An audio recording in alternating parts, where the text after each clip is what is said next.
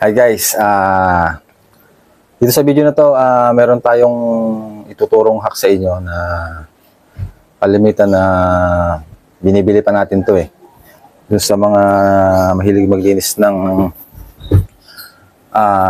chain o yung ating kadena, dito lang sa bahay makakakuha kayo ng panlinis na parang kagaya din ng mga binibili natin online. So, huwag nyo itapon yung mga itong mga toothbrush nyo. Ayan. Tapos papakita ko sa video na to na gumagana talaga to. And kung ano yung ginagamit kong chemical, i-reveal ko din doon. Yung iba alam na yan, napanood na nila yan. Kung ano yung ginagamit kong chemical para malaglag yung pinaka-dumi natin o dumi ng chain. Yung mga nakuha niyan after ilang miles o ilang kilometers na paggamit. Kasi ako every 300 to 500 kilometers nililinis ko ng chain ko kasi yung chain ko ay yung normal lang na chain, hindi siya yung O-ring, which is hindi masyadong ma-maintenance yun Pero ito normal chain lang, so every 500 kilometer at least linisin natin and then i-lube natin syempre. So makikita nyo yung lubricant na ginagamit ko and then yung mismong chemical na mabibili nyo lang din ng mura. Kasi mahal yung mga panlinis ng ng chain. So ito lang yung mga gagamitin natin para malinis yung ating gamit yung toothbrush. Panoodin nyo itong full video and sana may matutunan kayo dito. At ayun, gamit lang tayo ng lumang sipilyo. Yung mga makuha natin sa ating mga bahay dyan. Yan, dalawa. Dyan papasok yung chain sa gitna. And then tie wrap. Muro lang yan. And then masking tape. So, itie wrap lang natin yung dalawang sipilyo na yan. Yan, higitin ng mabuti. So, dalawa yung gamitin natin tie wrap. Then, putulin natin yung sobra. Tapos, i-tape natin. Dalawang tape din ng gagamitin natin dyan. So ayan, okay na. Tapos guys, sukatin na natin.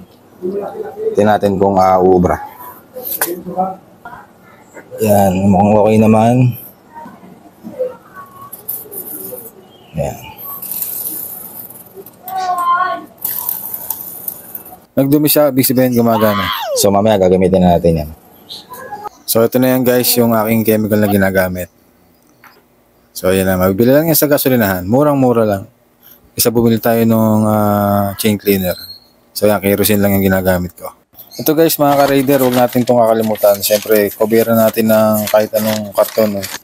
Yung mugs para hindi matalsikan ng kerosene. And then, sprayan natin yan. Damihan nyo guys, walang problema dyan kasi mura lang naman yung kerosene. Matagal nyo yung magagamit. Sulit yan guys. Tapos paikutin natin yung mugs. Sprayan ulit natin. Hindi ko suggest na i-running i-running natin. Mano-mano nating iikot. Tapos yung ibabaw, sprayan lang din natin. Tapos patakbuhin natin yung gulong. Make sure na pre-play tayo sa gulong kasi para safety baka biglang umandar yung motor matumba. So yan, pre-play yung gulong natin. And then gamitin natin yung ating hinak na chain brush. So yan, takbo na yung gulong and then ilagay na natin yan sa ibabaw. I mean sa side. So yan, tingin ko gumagana na yan. So sa ibabaw naman, yan, mabilis lang to guys. Mabilis yung ating magiging proseso dito. Hindi kagaya nung kung isa lang, medyo matagal kasi yung ganon. So ayos na ayos yung nagawa natin o na-invento nating chain brush cleaner. Tapos yan, neutral na natin. Then pahidin natin yung mga sobrang kerosene dyan, pati sa pinaka sprocket natin. Make sure na matuyo natin yung mabuti. So yan, unang pa lang, sultada pa lang, talagang kumintab na agad. Kitang-kita na naman yung ating gold chain. So ayan, nalinis na agad. And then ulit-ulitin lang natin guys. Ayan, linisin natin yung brush. And then ulit-ulitin lang natin din yan. Depende sa inyo kung isa, dalawa o tatlong beses yung gawin. So ayan, kitang-kita. Talaga naman tumulo yung debris. Tapos siyempre guys, dadali natin yan sa washing para linisin yung mismong motor. And then malinis na rin yung ating kadena siyempre. Sabunan natin para malagyan natin ng lubricant. Pero siyempre tutuin muna natin yun. Tara, samahan nyo ako. At ayun na nga mga ka-rider, medyo makulam-lam pa at mukhang uulan. Pero nandito tayo sa San Isidro para tuloy natin yung paglilinis. Ayan, naglagay na ako ng sabon sa balde. Bahala na kayo kung gaano karami. And then syempre itakpan natin yung ating susian. Tapos maghulog na tayo dito sa ating spray gun. Maganda tong pressure spray na to kasi mabilis makatanggal ng mga tuyong dumi. Tapos yung molde lagyan natin ng tubig. Ito yung mga gamit ko. So tara, sabunan na natin itong motor at baka abutin pa tayo ng ulan.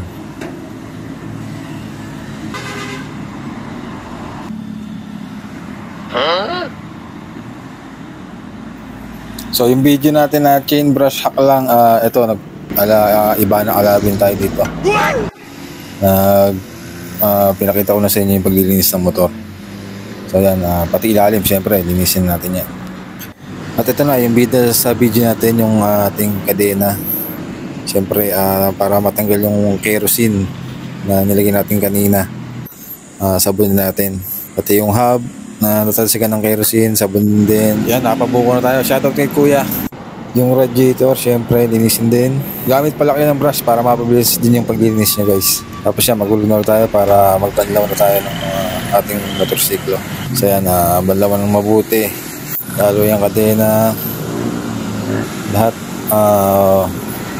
Tapos banlawan, gamit tayo ng clean chamois para maganda yung ating pagkakatuyo sa ating motorsiklo. And then dyan sa ating secret box na yan, for sure basa yan. May Bible pa tayo dyan. And then itong gas tank, gumamit din ako dyan ng tawag dito, microfiber cloth. Tapos dito mga ka-rider, tutuyin na natin yung kadena. Syempre gamit yung malinis na cloth para malagyan natin ng ating lubricant. So ito nga pala yung gamit kong chain lube dito, yung STP chain lube. Mura lang yan guys. And doon yan yung mabilis sa mga kilalang hardware sa malls. Ulitin ko lang guys, kailangan tuyong-tuyo yung kadena bago natin lagyan ng chain lube. Teka, pasukan muna natin ng montage.